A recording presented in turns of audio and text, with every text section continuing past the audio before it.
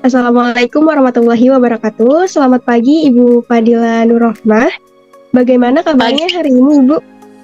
Alhamdulillah, cukup deg-degan juga. Sebelumnya nih Bu, perkenalkan kami mahasiswa dari Universitas Pelita Bangsa dari jurusan PGSD. Kami sangat berterima kasih kepada Ibu atas kesediaan Ibu untuk menjadi narasumber kami dalam berbagi pengalaman dan pengetahuan pada hari ini. Semoga sesi wawancara ini dapat memberi wawasan dan manfaat bagi kita semua. Nah, selanjutnya nih Bu, jika diperkenankan mungkin Ibu bisa perkenalan terlebih dahulu agar kami semua tahu sedikit tentang latar belakang dan pengalaman Ibu. Kepada Ibu Dila dipersilahkan. Oke. Terima kasih MC. Oke, kita kenalan dulu ya. Assalamualaikum warahmatullahi wabarakatuh. Waalaikumsalam. Waalaikumsalam warahmatullahi wabarakatuh.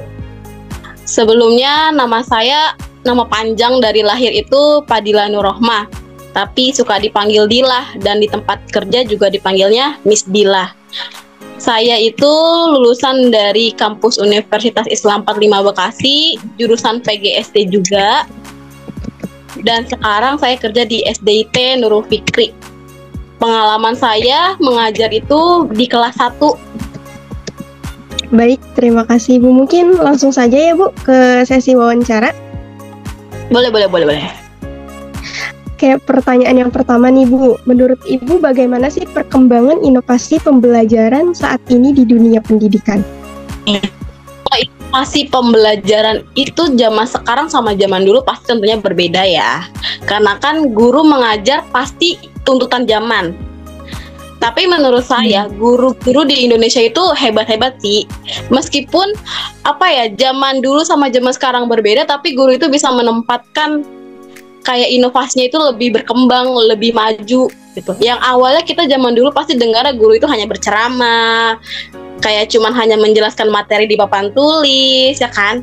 Tapi kalau sekarang itu tuh guru-guru pada hebat sih, udah banyak bervariasi dari media pembelajarannya, metode pembelajarannya, strategi pembelajaran juga sudah mulai menarik gitu. Kalau menurut saya, pandangan saya gitu. Jadi dapat disimpulkan inovasi pendidikan merupakan sebuah cara untuk memperluas pembelajaran bagi setiap orang yang belajar dimanapun.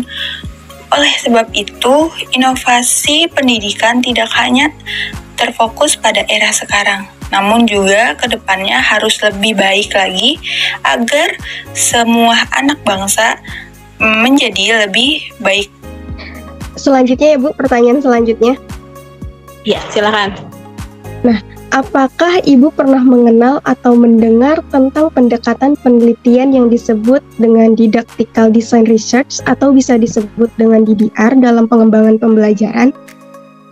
Juga materi sedikit tentang DDR ya. Hambatan siswa pasti banyak kok Kak.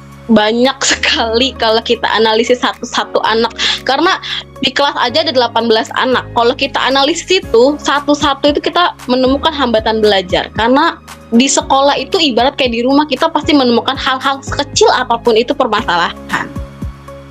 Gitu. Ini dapat disimpulkan berdasarkan pendapat dari ketiga narasumber, yaitu pendekatan desain didaktika research atau DDR dipahami oleh narasumber sebagai suatu pendekatan penelitian yang berfokus pada identifikasi hambatan belajar siswa dan perancangan pembelajaran yang tepat dan berpusat pada siswa. DDR dinilai relevan karena membantu guru menganalisis berbagai kesulitan siswa dalam proses belajar mengajar, baik secara individu maupun kelompok. Pertanyaan selanjutnya nih, apa saja tahapan utama dalam proses perancangan desain didaktika research yang biasa Bapak atau Ibu terapkan? Boleh Ibu, Bapak jawab. Oke, sebelumnya kalau kita melakukan penelitian berarti kita harus tahu dulu nih gaya belajar siswa, ya kan? Karena bagaimanapun kita mau menjelaskan materi itu sebanyak apapun, karena kalau kita belum tahu karakternya, gaya belajar siswanya, itu materi tidak akan masuk gitu. Jadi menurut saya sebelum melakukan penelitian itu kita harus tahu dulu gaya belajarnya siswanya apa, karakter siswanya itu bagaimana. Simpulkan bahwa kedua narasumber sepakat bahwa pemahaman terhadap siswa adalah kunci utama dalam merancang pembelajaran. Narasumber pertama menekankan pentingnya pendekatan praktis dan personal terhadap gaya belajar siswa, sedangkan narasumber kedua menekankan pendekatan ilmiah dan sistematis melalui tahapan DDR. Keduanya saling melengkapi dalam menghasilkan pembelajaran yang adaptif, efektif, dan berpusat pada siswa. Mana Ibu menentukan tujuan pembelajaran dan situasi didaktik awal? Tujuan pembelajaran didaktikal awalnya, ya kita ngeliat karakter siswanya dulu, Kak. Kan kalau TP tujuan pembelajaran itu kan kita ada di buku ya. Setelah itu dari tujuan itu kita tentukan dulu karakter siswanya, gaya belajarnya itu seperti apa. Baru nanti kita bakal bahas tujuan pembelajarannya. Gitu. Terus apakah ada kesulitan dalam pengimplementasian rancangan pembelajaran berdasarkan rangka tersebut? Kalau menurut pengalaman saya sih nggak ada, cuman emang hanya sebatas fasilitas aja yang kurang memadai. Karena kan sekarang fasilitas juga sangat dibutuhkan oleh siswa kan ya. Kayak kita mau menampilkan suatu video tentang kayak kehidupan sehari-hari, pasti kan butuh proyektor. Sedangkan sekarang sekolah-sekolah kan belum semuanya ada proyektor, kayak belum memadai. Mungkin kekurangannya hanya di fasilitas sih kalau menurut saya. Pertanyaan selanjutnya ya Ibu. Silakan. Bagaimana Ibu mengidentifikasi dan mengantisipasi potensi kesalahan atau miskonsepsi siswa dalam desain didactical research? Cara mengatasinya sebenarnya saat melakukan metode itu nggak semua berhasil ya Kak. Pasti kan ada beberapa anak yang kurang sesuai dengan metode itu, ada beberapa yang emang sesuai dengan metode itu. Untuk melihat apakah pelajaran kita miskonsepsi apa tidak, kita adanya evaluasi.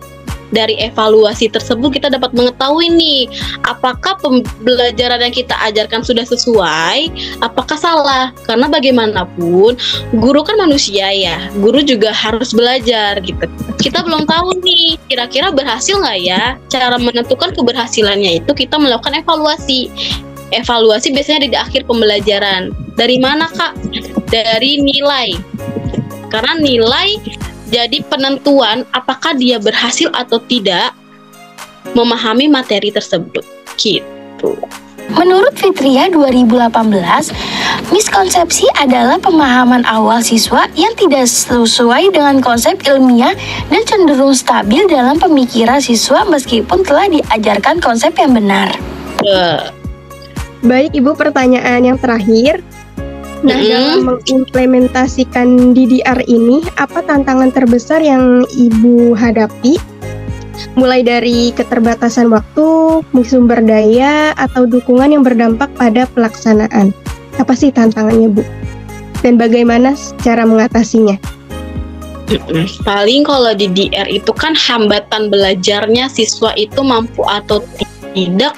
Menurut saya sih dari fasilitasnya sih, karena kan fasilitas juga sangat memadai ya, sangat dibutuhkan juga untuk siswa kan ya.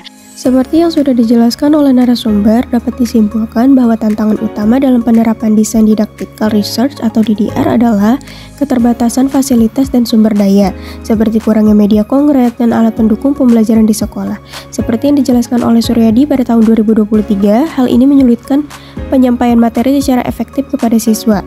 Untuk mengatasi hal ini, kolaborasi antar guru, dosen, dan peneliti sangat penting guna berbagi ide, tugas, dan sumber daya demi mendukung keberhasilan proses pembelajaran berbasis DDR.